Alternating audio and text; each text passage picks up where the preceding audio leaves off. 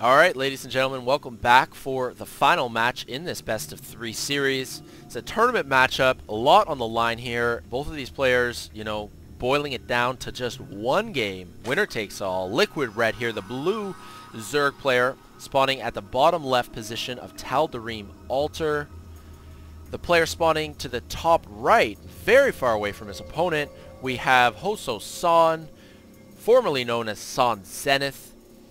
I've told you guys quite a bit about both of these players in my past two casts.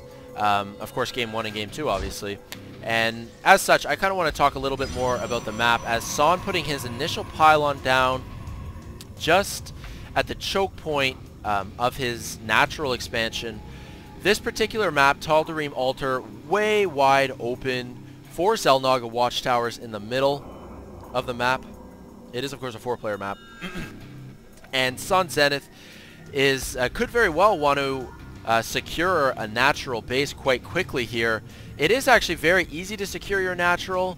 I mean, you have to defend this choke point here, and then you actually have a third base as well behind these, under these destructible rocks up here. So it's not that difficult to secure a third either, but there is this large ramp in this area right here, so you need to keep an eye on that for sure as well. Your main is quite large, and there is actually this low ground area over here, which also, could be a potential 4th base as well. Tal Darim Altar, huge map introduced by the GSL and GOM TV in response to lots of complaints that especially Zerg players were having with the old map pool. I mean, if you compare the rush distance and size of this map to one of the old maps, like Steppes of War, it's just an astronomical difference, and this is definitely geared more towards Zerg players. Not to say for a split second that it is imbalanced, however. Anyways, hatchery going down. The hatchery, which went down first, actually? The hatchery. It was a hatchery first build, and it doesn't surprise me because, of course, this is a monstrously large map. The previous 2 matches, apparently Ret wasn't comfortable enough to... Oh man, it's a cannon rush. This is no good. But yeah, Ret wasn't comfortable enough to go hatchery first on Metalopolis or our first map either. This is looking to be bad news. Okay, we got a cannon rush here. Of course, this forge been up for a little while in narrowing down that choke point. The first cannon that went up on the low ground, of course, is going to be able to provide these 2 cannons cover fire. And, oh man, Ret is just in a brutal position. Oh, this cannon doesn't want to be targeting the Overlord, though. The Overlord's going to escape. Oh, if he can kill the Overlord, that'll be worth it. Ooh, he gets it. He gets the Overlord, and all of a sudden, Ret is in so much trouble here. Spine Crawler's still 23 seconds out. 1 cannon gets taken out. 2 probes continuing to build cannons. It's nice to have a backup probe, I suppose. We have 4 Ling counterattack heading all the way across the map.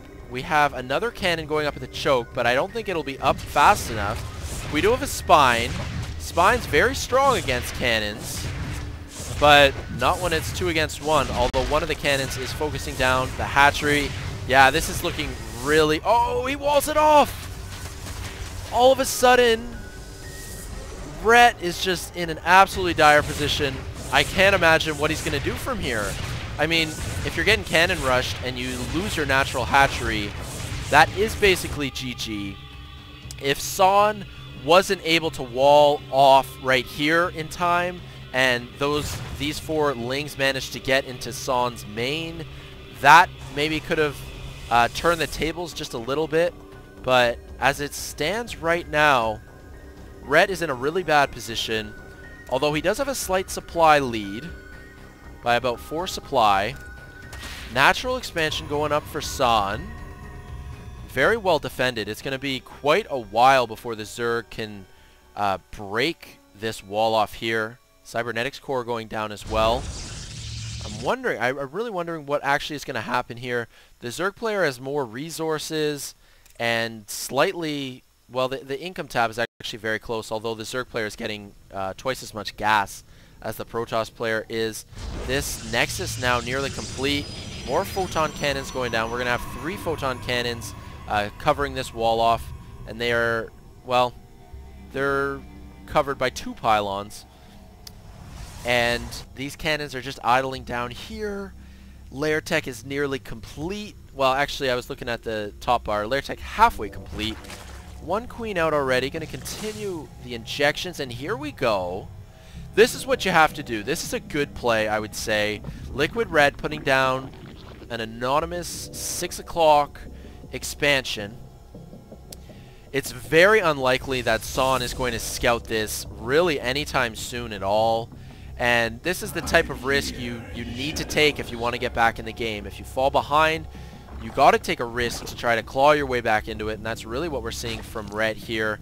Roach Warren nearly complete. Nidus Network. This could turn out to be such an exciting matchup. I'm really wondering and hoping for Ret's sake, but the problem is he's got this Nidus Network half complete, but the only Overlord that could do some spotting is about to get, well, it didn't get taken out. It's lucky enough to live with 10 hit points, but I mean, the Stalker is very well aware of it, and Overlord speed is just not going to come up anytime soon. It doesn't look like Ret wants to invest in that at all. So I'm wondering, let's see, we'll keep an eye on the production tab for the Nidus Worm.